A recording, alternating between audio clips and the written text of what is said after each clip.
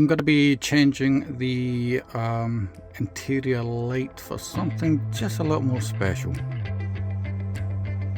So I've currently dropped the headliner, taken away the side panel. I was doing this actually for my dash cam, but as you can see, I also now have a new headlight switch to go in.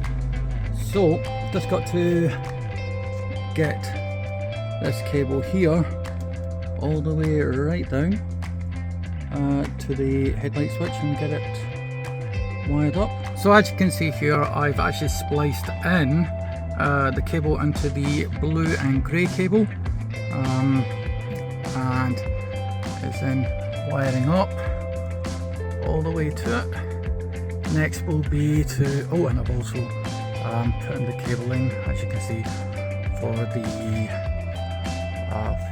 the dash camera as well. And just got to put everything back in place again.